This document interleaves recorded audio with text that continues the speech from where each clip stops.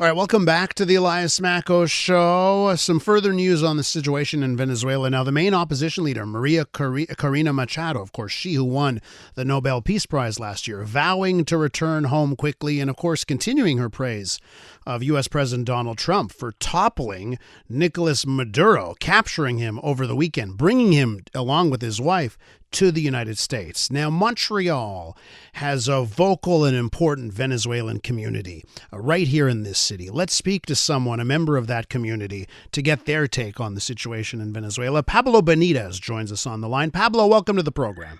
Good morning, Elias, Mr. Makos. Thank you so much for inviting me, and thank you so much for giving us Venezuelans in Montreal and in Canada a voice to express our feelings about all of this and to let the Canadian know what's really happening. Well, let me tell you something. You deserve that voice, and it's great that so many of you and the fellow members of your community are vocal and want to talk. So, Pablo, why don't we start off here?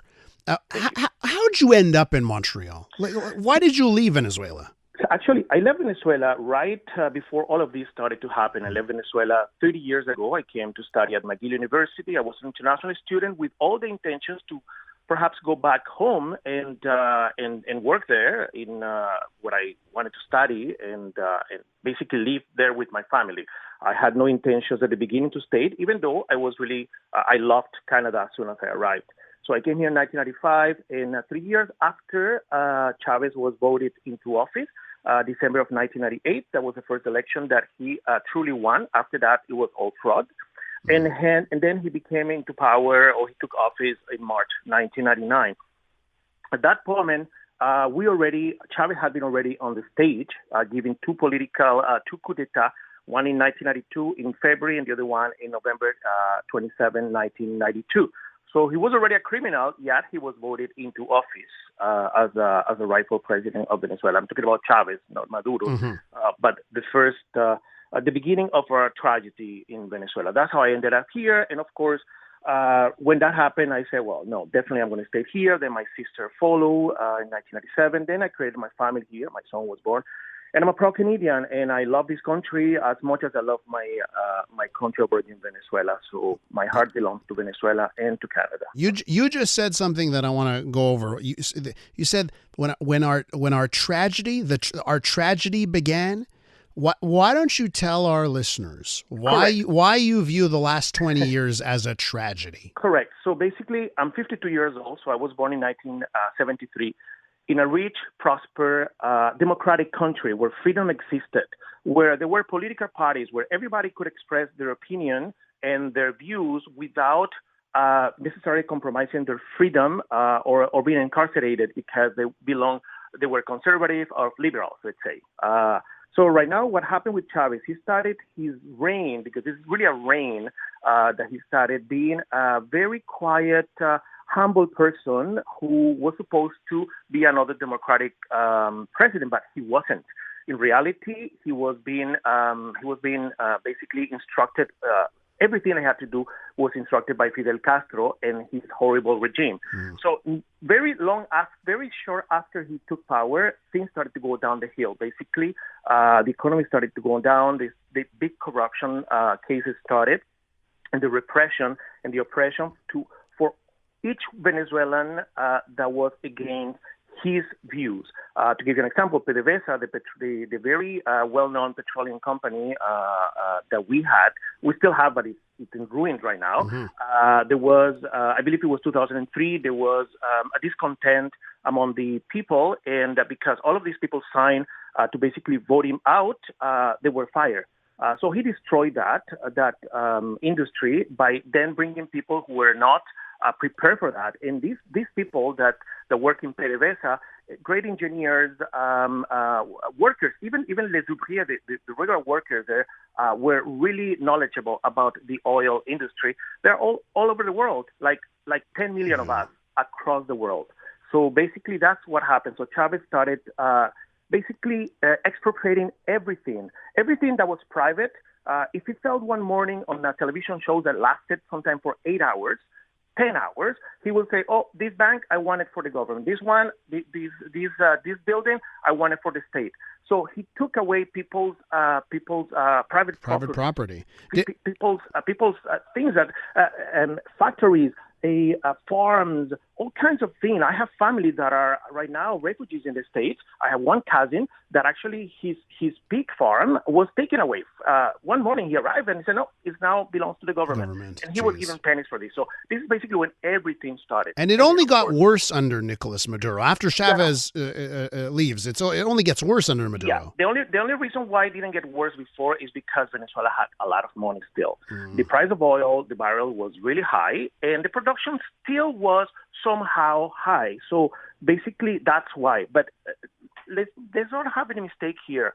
The money that was produced from the oil was never put into Venezuelan infrastructure, never was put into the hospitals system, was never put into the education system.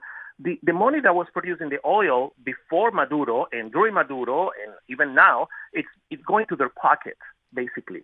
So when the price of oil went down, then of course the whole crisis started because they were stealing so much money from our resources that of course things started to happen. So when Chavez passed away, when he died in 2013, which we all believe he died in December 2012, but that's another story. But he declared that in 2013. Then Maduro took office as being the vice president at the moment. But guess what? There were 3 elections, 2013, 2018, 2024.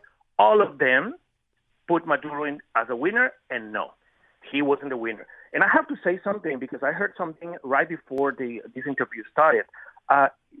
In Canada, all the media is referring Maduro as the president of Venezuela. He is not the president. Yeah, I hear you, and I'll just let you know this whole week I haven't called him president once, right? Like because he just wasn't. And I've heard from people who are of the same mindset as you. Now, we're with Pablo Benitez, a Venezuelan in Montreal. We're talking about the situation in Venezuela.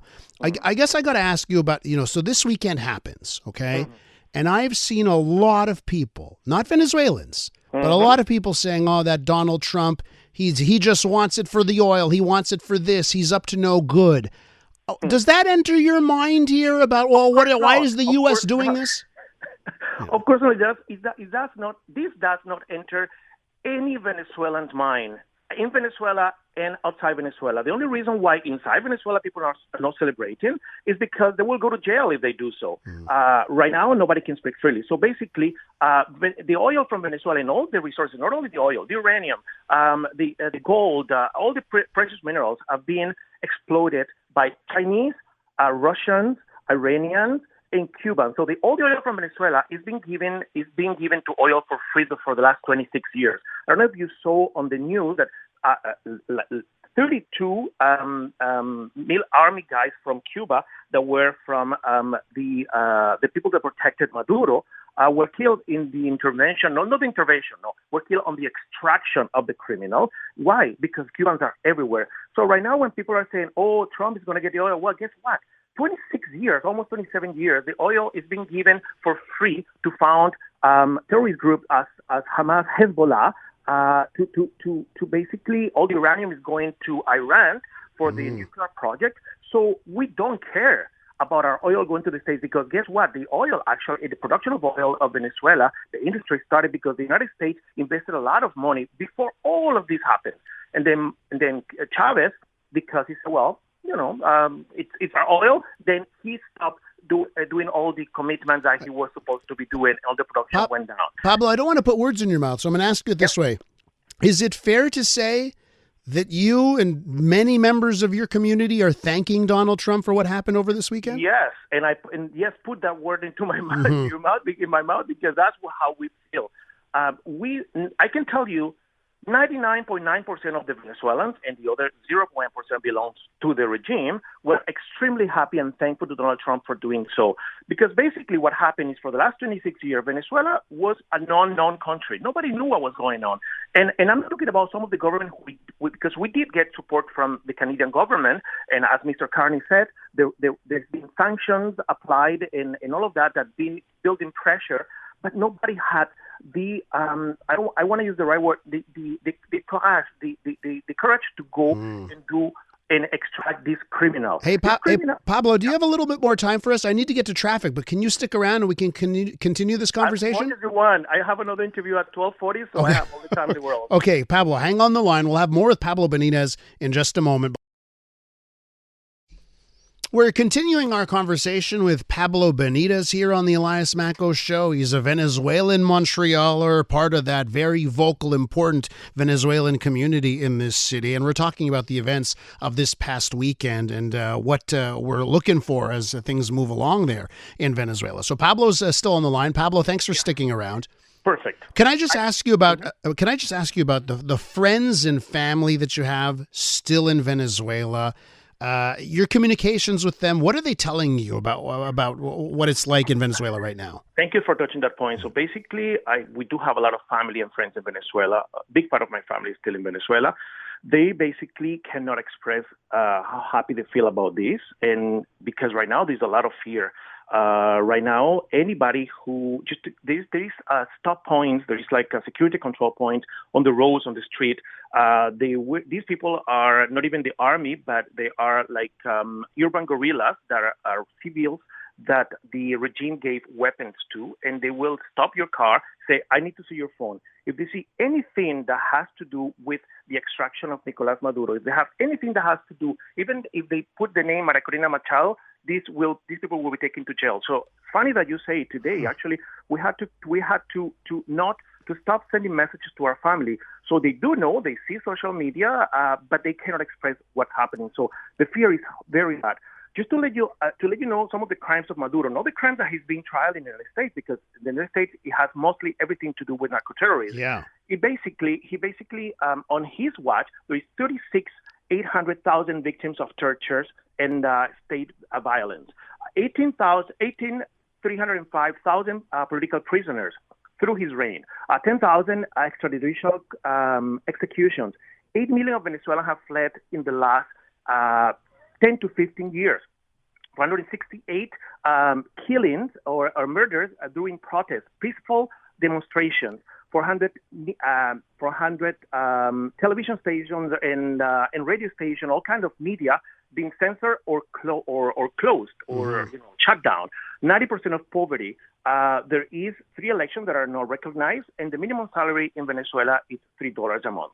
So by saying this, I have to say that the regime itself is only the tip of the iceberg of this horrendous regime. Right now, we got rid of Maduro, but the regime is there with a lot of force and a lot of cruelty. So just to let you know, the regime itself has violated our sovereignty for the last 26 years by importing Cubans to Venezuela and even the Wagner, some of the Wagner people from Russia, and freeing Venezuela from this criminal. This criminal is not only a just cause, but also it serves the stability of the entire hemisphere. So I just want to go over, Pablo, what you're saying, especially talking about your family members right now. Yeah. It's fair to say the Maduro may be gone, but that regime for the moment is still controlling things in a very heavy-handed fashion right now. So that would be fair to say, right? It's exactly what's happening. Exactly the words that you're saying.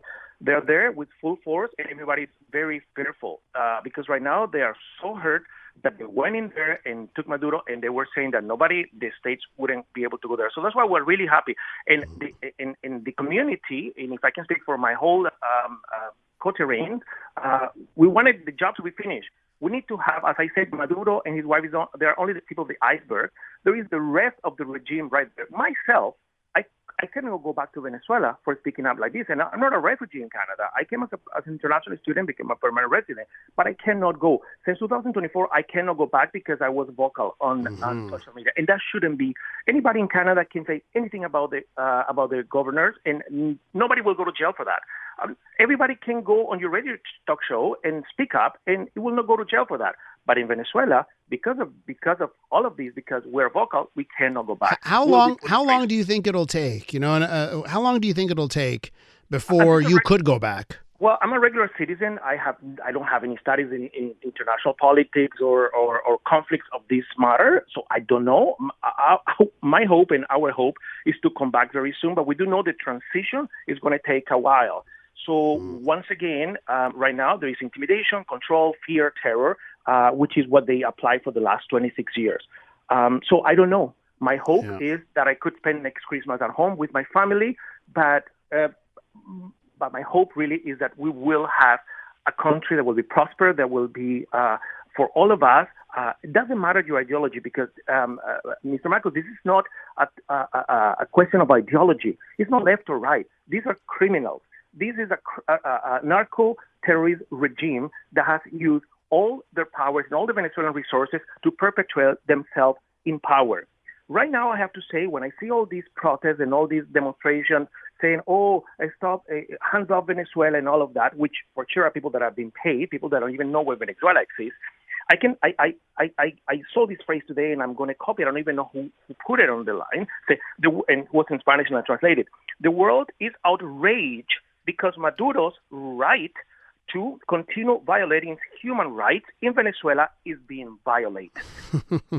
So, thank you for whoever wrote that. Yeah. Maduro's rights are there. He actually asked for doctors' attention. He's going to go to trial with 3 lawyers. Political prisoners and prisoners in general in Venezuela that are against the regime, that a political prisoner in Venezuela is somebody that can just send a WhatsApp message on a group chat saying, I'm so tired of this situation, I have no money to eat, and when is this going to end? There's a lady, a doctor actually, she's 64 years old, and she was put in jail without a trial 30 years. So if this regime doesn't step down and the world doesn't speak up and continue thinking that because you're anti-Trump, you think everybody else is good, we are bad. Justice starts when people do the right thing. So if people think that the Trump going into Venezuela violates the rule of law and sovereignty, well, guess what? We Venezuelans want this to happen. We open our backyard door for Trump to go because we need this to finish. Pablo, we need to leave. Pablo, I just want to say you couldn't have been clearer on how you feel about this situation. So I'm running up against the clock here. I do have to leave it there, but I want to thank you so much for coming on today, okay? I thank you so much in the radio station for putting a voice. I'm there. We're here. Thank you for supporting us. Thank you, Canadian listeners, for helping us. And thank you so much. And God help Venezuela. And thank you, Canada. Thanks, Pablo. Appreciate it. Pablo Benitez right there, Venezuelan, Montreal. We're going to wrap up the Elias Makos show next.